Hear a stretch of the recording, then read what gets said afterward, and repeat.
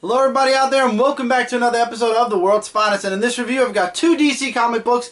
Both of these books start with the letter S. We've got Superman, issue 45, and we have Sinestro, issue number 16. And yes, Rob Wise, Guy 82, I 100% agree. This deserves to be up for the best variant cover of the year. If Comic Frontline does do a best variant cover for the year of 2015, I am putting this cover in the running. Just look at this cover. It's so funny. It took me forever to get this review started because Mike and I were just laughing. You look at this cover, it's like boggle. It's hilarious.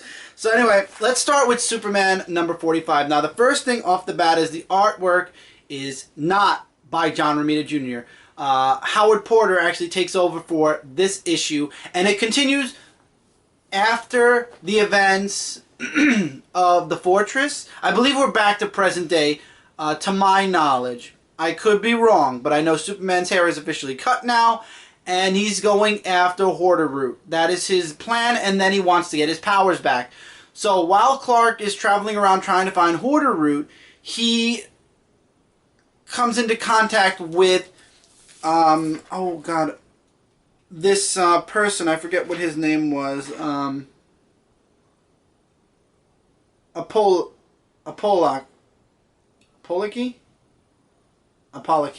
Let's call him Apollocky. And the fight was awesome, and Superman's questioning where this person came from because he wants to know maybe there's a connection to Hoarder Root. So he actually finds out where this person's from, and he goes in, and he finds this weird place where it's, oh, what is it called? A myth brawlers. And it's basically these gods that are myths that are falling into being forgotten. And the myth brawl is to actually bring those stories back to light and to keep the stories going. And Superman shows up and he's looking for answers. He wants to ask the Queen about Apollocky. And what happens is he sees that the girl who's fighting, whose name completely leaves me, these are names that are not everyday names, and he jumps in on the match and saves her. However, you can't change history, so unfortunately the fight's going to have to happen again, and the whole point was she was going to lose an eye.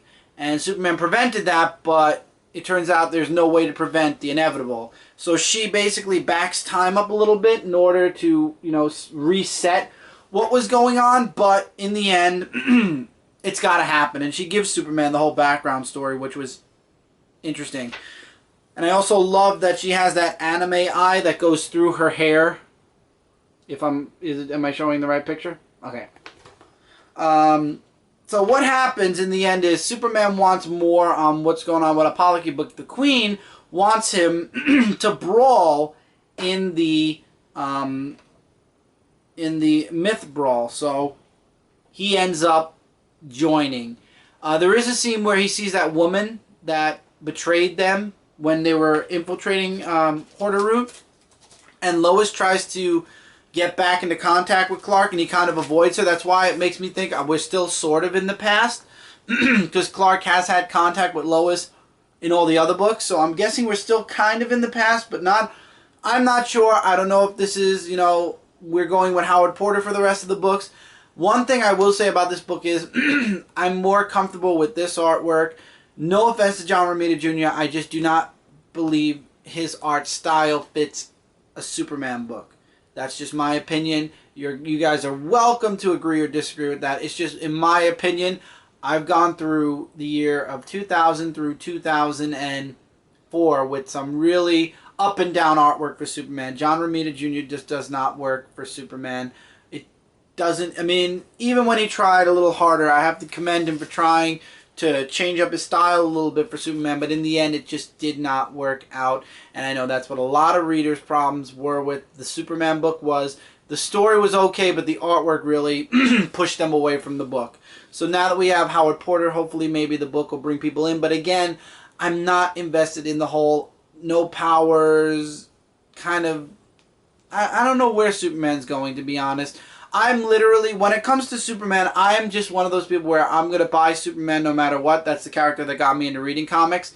So I'm just on that roller coaster ride. And right now the roller coaster's on its way down. Eventually it's going to go back up again. However, Sinestro 16 with the wonderful cover. Sinestro goes to Kondak because he's looking for information on the Pale Bishops. And he finds out that the Pale Bishops did visit Kondak hundreds of years ago. So, and who was there? Oh, wow. His name completely left me for the moment. I was going to say Namor, but it's not Namor. Wow, that would have been horrible. Black Adam was there. Wow. Black Adam and Namor. The DC Marvel comparison. Somebody put that up as a video. So he asked Black Adam for information on the Pale Bishops, and he says, instead of telling you about it, let me show you. And they go on this long walk. There's a lot of dialogue missing. And he takes him to the tomb. Every foe Black Adam had beaten, he had put into its own tomb and kind of like a chronicle. And we find out that Sinestro used to be an archaeologist, and Black Adam hates archaeologists because he believes archaeologists ruin and meddle and destroy history. They're not real scientists.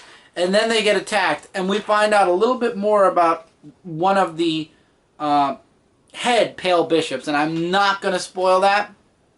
If you want to know more, check this book out for yourself, or we'll talk about it with issue 17.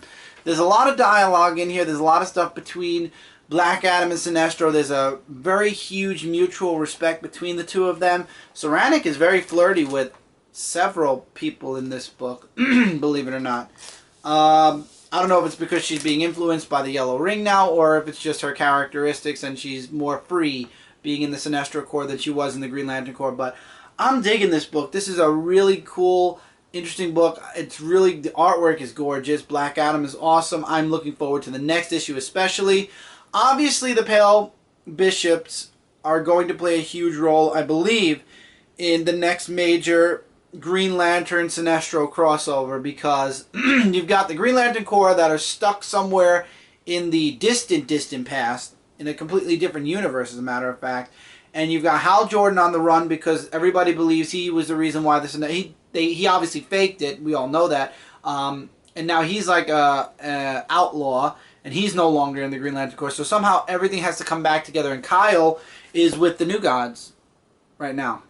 So hopefully everything will come back together in the end, and we'll get a really awesome event from Green Lantern in 2016. So with that, that's it for this review, guys. A really great book, and again, a book that I'm just riding out like a roller coaster. Check them out if you want. Let me know in the comments below what you guys thought of Superman and Sinestro. I'm really happy with the artwork in Superman this time, and the story is actually interesting. Sinestro's story and artwork is also awesome. Let me know your thoughts. That's what the comments are for, and that's why I love the comments, because this is where we can talk back and forth and agree or disagree with certain books. And also, while you're down there, in the description, there's a bunch of links connected to a bunch of things connected right here on my channel, Dark Avenger C86, ComicFrontline.com, Zone4Podcast.com, and Frontline Gaming Zone, the now in full motion Frontline Gaming Zone, might I add. So anyway, until next time, everybody, take care, keep reading, keep collecting, and I'll see you guys really soon in the next video.